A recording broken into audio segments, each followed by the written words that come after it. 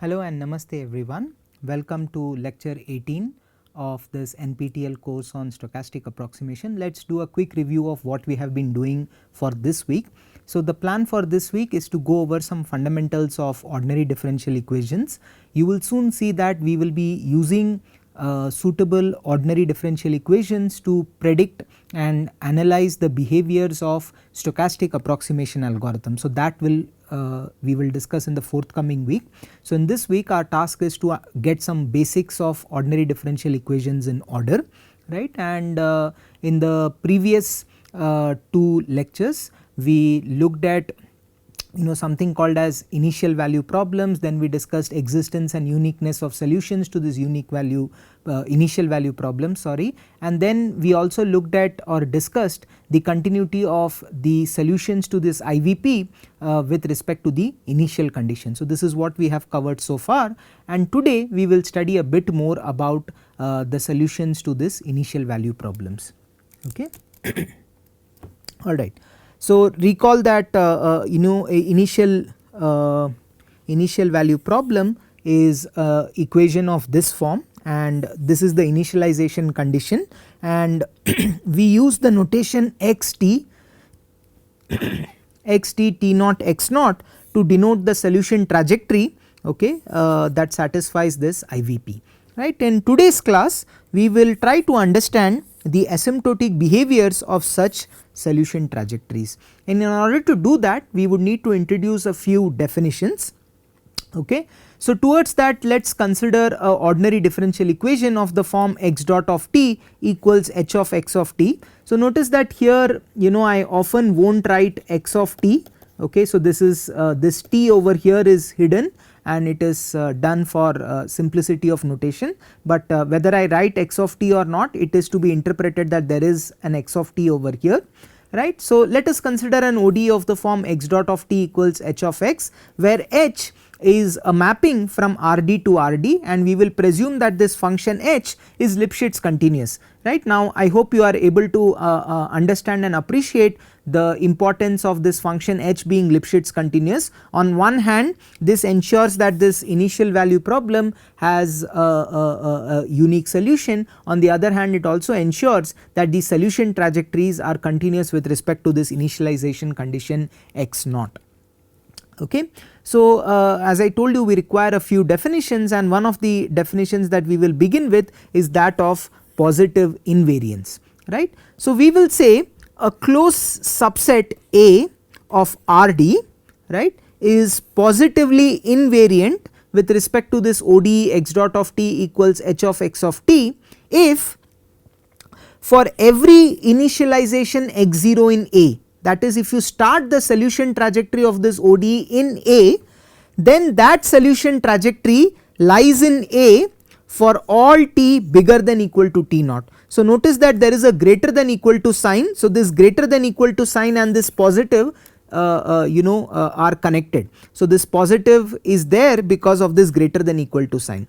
So, what does positive invariance mean? It means that if you start a solution trajectory to this of this ODE in this set, then for all t bigger than equal to t naught the solution trajectory will lie in A, right. And I would also like to emphasize that throughout this course on stochastic approximation we will more or less be focusing on autonomous ODE, and because we are focusing on what are called as autonomous ODE, the positive invariance definition is independent of this initialization t naught. Okay. So, this t naught as such plays no role. Alright. Now, in this same spirit we can now define this concept called as negative invariance, right. So, a closed subset A of Rd is negatively invariant if you start a solution trajectory in A, then for all t less than equal to t naught this solution trajectory is in A. Is this okay? So, this less than equal to is connected to this negative word over here, right. So, now we can talk about what is an invariant set, right. So, a closed set A subset of Rd is said to be invariant with respect to an ODE if it is both positively and negatively invariant. Okay. So, let us quickly summarize what we have done so far. with respect to an ODE, we have introduced this concept of positive invariance, negative invariance and invariance. So, invariance of course is when you have both positive and negative invariance. So, we now need few more concepts. One is that of this omega limit set and the other is that of alpha limit set. So, I will define this and then we will look at few examples where we will try to better understand what is a positive, negative invariant set and also what are these omega and alpha limit sets. Okay, so, let us first look at the formal definition of a omega limit set. So, given a solution trajectory x t t naught x naught, right, its omega limit set. So, notice that an omega limit set is defined with respect to a solution trajectory. So, the omega limit set of a solution trajectory is basically defined to be the intersection of these sets. So, let us understand what these sets are. So, first of all, the intersection is over t greater than equal to t naught. So, this t naught and this t naught are the same. So, you take t greater than equal to t naught and this set consists of all values of x of s where s is strictly bigger than t, right, and we use this shorthand x of s to denote the value of the solution trajectory at time s, okay, and this bar over here denotes closure, right. So, let us just understand. So, whatever your solution trajectory is, you take the tail of that solution trajectory. So, I say tail because it is s greater than equal to t. So, you fix t and look at the solution trajectory from t onwards, collect all those values of x of s. So, each x of s is a vector in RD. So, collect this collection of d dimensional vectors, put them in a set and take their closure. So, this will be a closed set, right, and now you construct this set for every t which is bigger than equal to t naught and then you take their intersection. So, whatever you end up with, that is what is referred to as the omega limit set. For those who are familiar with open and closed sets, you can easily see that because you have a closed set here and an arbitrary intersection here, this set will by definition be, I mean by the fact that you have intersection of closed sets, this set will also be closed, right. Similarly, one can define a concept of alpha limit set, right. So, given a solution trajectory x t naught x naught, its alpha limit set, right, is given to be the intersection for t less than equal to t naught, x of s, s again we look at s less than equal to t and you look at the closure. Is this okay? So, observe that both your alpha limit set and omega limit set, okay, is a function of the initialization. It is not a function of t naught because again the reason being that we are working with autonomous ODEs, right. In autonomous ODE, the precise time where we start does not matter. What matters is where we start and the relative time from this initial time that we have, right.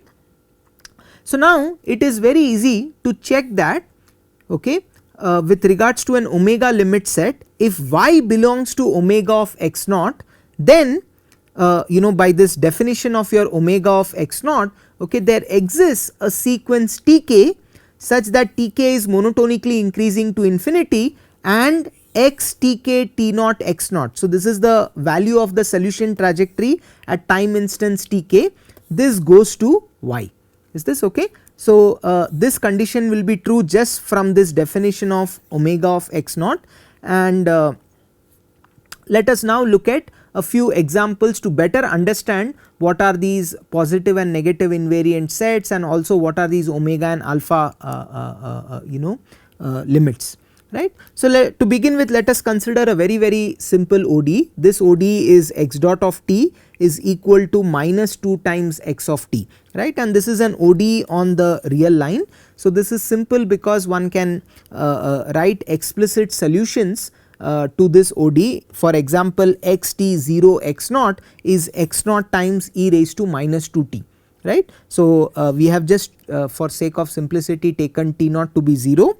So, the initialization is x naught and we ask if you start at x naught what will be the value of the solution trajectory at time t, then from the basics of ordinary differential equations one can quickly see that the solution will be x naught times e raised to minus 2t for any t in R, right. So, notice that it is t in R. So, this solution is valid for both t greater than equal to 0 and t less than equal to 0, and in this case one can see that if you take t going to infinity, right, in that case this value will keep decreasing and whatever be the value of x naught, this product will go to 0, right. And because of this reason one can check that the omega limit of any initialization x naught is actually the set containing 0, right. So, perhaps I can try to draw a picture over here, right. So, let us say this is your real line, this is your origin, and let us say this is x naught over here.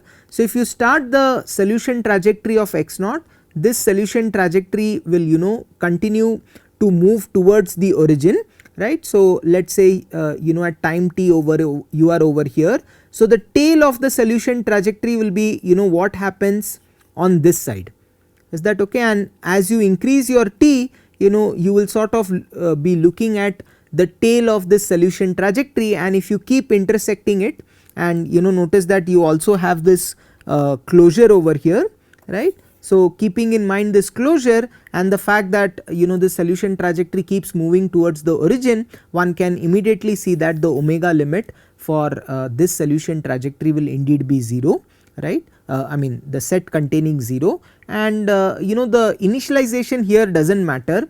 Even if we had started somewhere over here, the solution trajectory then would have moved in this direction, right. So, again if we look at the tail end, that is starting from t onwards, if you look at the solution trajectory, right, and take its closure, we can again see that the tail keeps shrinking, and if you take their intersection you will end up with the singleton set containing 0, right. On the other hand, if you look at alpha of x naught, which is the alpha limit set, so now we have to traverse in the negative t direction, right. So, if you start at 0, right, so if you look at this ODE, right, the solution trajectory is given like this. So, if you set x0 to be 0, then this value for any t is actually 0. So, whether you go in the positive direction or whether you go in the negative direction, this value is 0, and hence for this special case of x naught equals 0, your alpha limit is actually again the singleton set containing 0. On the other hand, when x naught is not equal to 0, so let us say you start somewhere over here, right. So, now you have to sort of look at things in this direction time wise, right. So, if you look at this and keep taking their intersections, right, you can see that any point on the real line will eventually be excluded, and because it is getting excluded one can conclude that the alpha limit set in this case will be the empty set. Okay.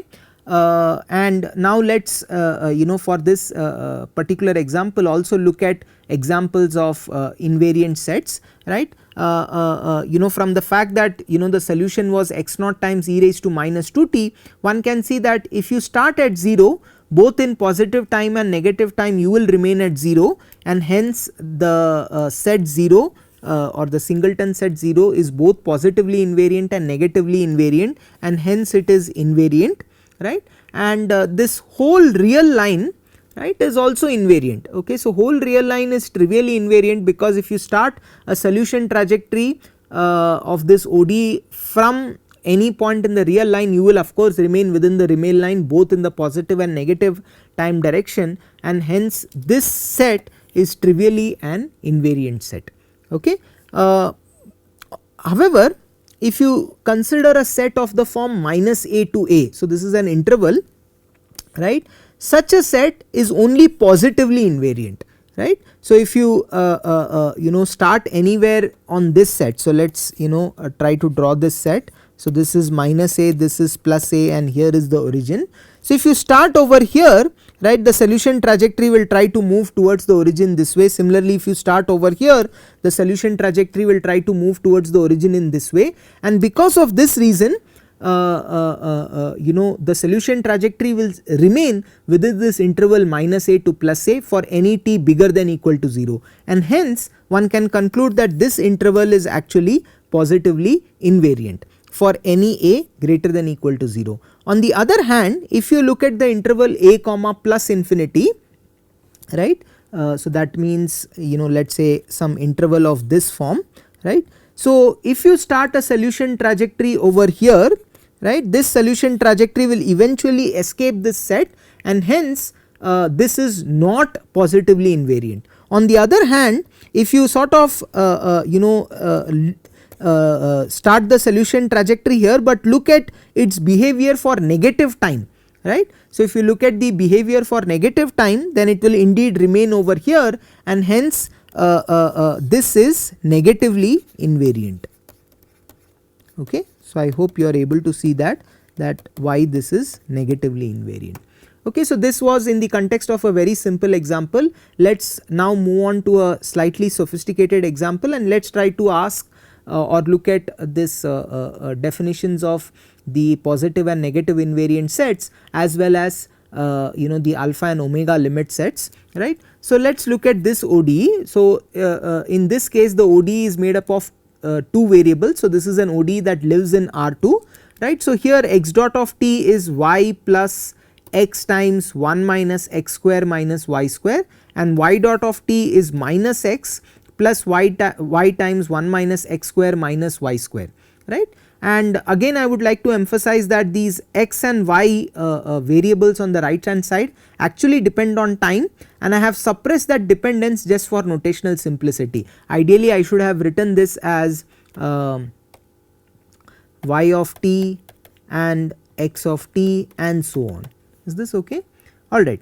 So in order to analyze this ODE, in particular in order to understand the behavior of the solution trajectories of these ODE, what we will do is we will do some change of variable. Towards that we will introduce this variable called r, right, which satisfies the relation r square equals x square plus y square, right. And for this relation, if you take the derivative with respect to time, then on the left hand side you will end up with 2 times r dot, right, 2 times r dot, where r dot is basically the derivative of r with respect to time, right. And here again we will end up with 2x times x dot plus 2y times y dot. Okay, so if I differentiate this, and now if you substitute the value of x dot from here and y dot from here, right, over here one can see that this expression will eventually result, that is you will end up with r square times 1 minus r square. Is this okay? So from this relation one can immediately see that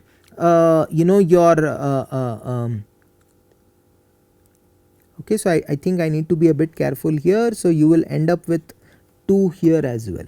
Okay, alright. So in this equation one can see that if your r is identically 0, if r is identically 0, then that equation is satisfied, and hence r dot identically equal to 0 is a valid solution trajectory, meaning you start at the origin and stay there forever. Okay, so that solution trajectory, I mean that trajectory is actually going to satisfy this equation over here, right.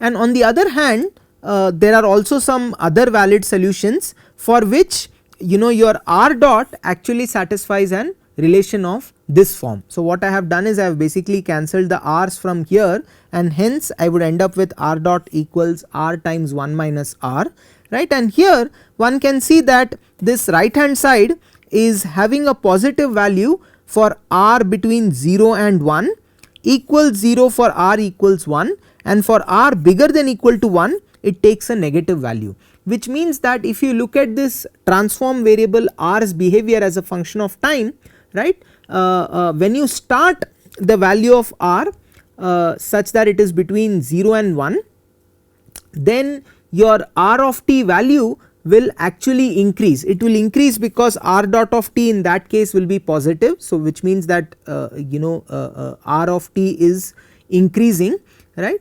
On the other hand, if you start with a r value which is strictly bigger than 1, then in that case your r dot of t will be negative. Is that okay? And from this one can conclude that if you start the solution trajectory of this ODE at a point for which the r value is strictly bigger than 0, then you will converge to the place where r equals 1. Now r equals 1 is basically the set of points where the radius equals 1, that is the unit circle, right. And from this one can conclude that if you start with any initialization which is not equal to 0, then your omega limit set will actually be the unit circle, which we denote it as S1. And what is S1? It is basically the collection of all points x comma y such that x square plus y square equals 1, right. On the other hand, if you start at the origin, right, if you start at the origin itself, then your omega limit set will actually contain the singleton 0 itself, right. And with a similar analysis one can check that the alpha limit set will be containing the singleton 0 whenever x square plus x naught square plus y naught square is strictly less than 1. This alpha limit set equals the unit circle S1 when you start on the circle, right, and it will be empty when your x naught square plus y naught square is actually strictly bigger than 1. Okay. And for this example one can see that we have 3 invariant sets. The first is that of the singleton set containing 0, the next is this unit circle, and the third is that of this whole space R2. Okay. So, I think I have made a mistake here, this should be R2.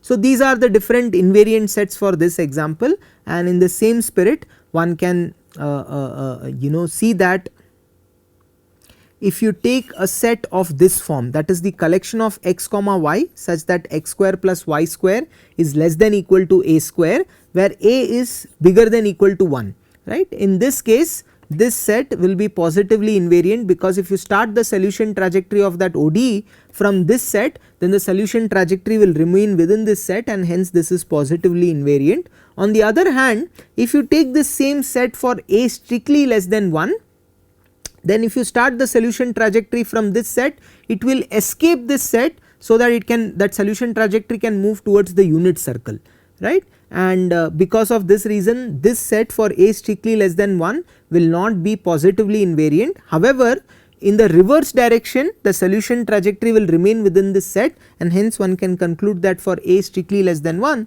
this set is indeed negatively invariant, right. We have now come to the end of this class, and what remains is to basically discuss this very interesting and useful claim, right. So, what does this claim say?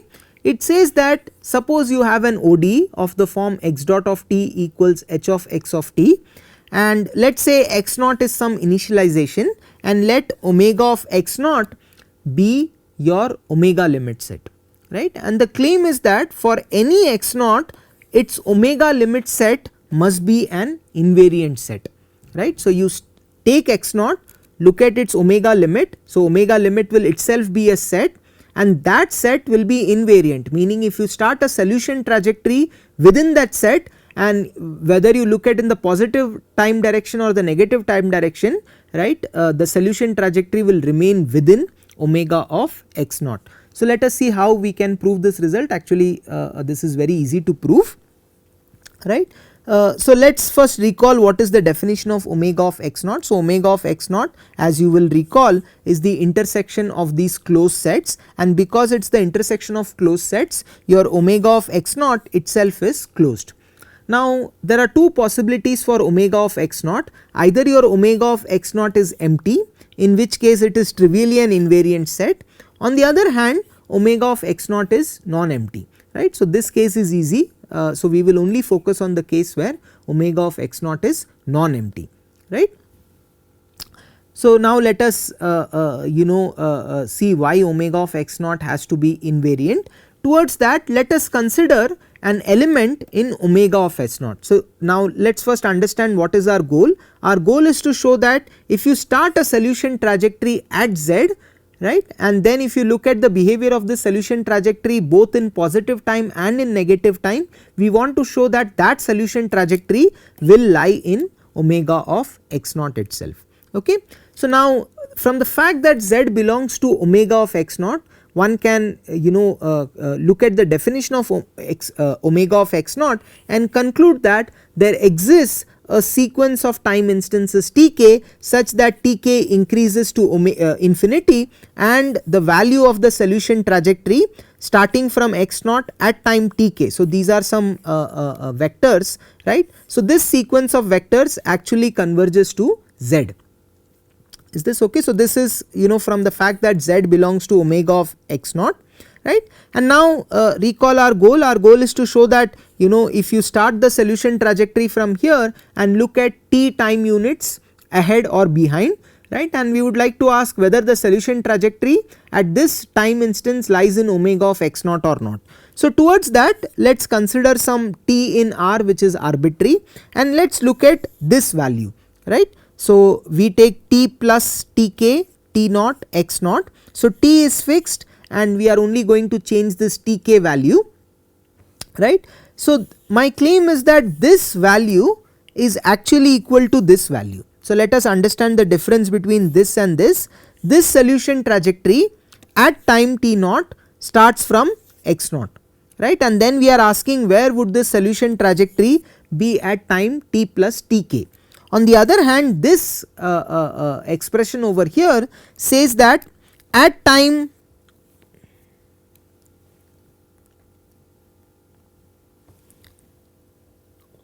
tk, sorry there is a typo here.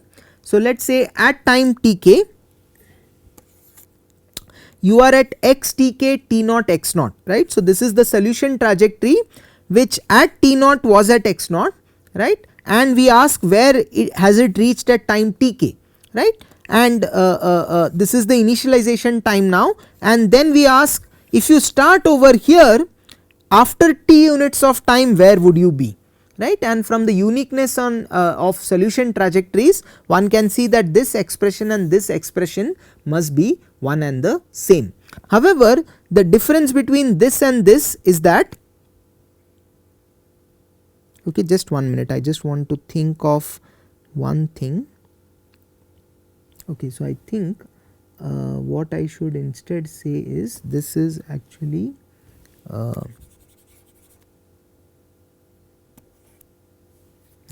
so this is actually 0, okay. So you start at 0 at this place and then you ask after t units of time where would you be, right. So as I told you, since we are working with autonomous ODEs, okay, the relative gap is what matters, right. So if you start over here, right, after t units of time where would you be, and from the uniqueness of solution trajectories one can check that these two expressions are one and the same, right. The nice thing about this right hand side is that the dependence of tk is only over here, right, and now invoking the continuity of solution trajectories with respect to the initial point, one can conclude that as k goes to infinity the initialization condition actually goes to Z. Hence if I take limit k tending to infinity over here, this expression should go to this expression. This is from the continuity of solution trajectories with respect to the initial condition, okay. So let me just make sure I am doing it correctly. So this is t naught, okay. So here you have t naught, here you have tk, and here you have t plus tk, okay. So if you start from t naught, okay, and then you are asking where you are, so that is equivalent to saying you reach here and then you ask where you are at time t plus tk, which is equivalent to this, okay. So this is correct, okay, and here what I should again write is I should again write it as x t 0 z, okay, very good. okay. So, this is okay to me.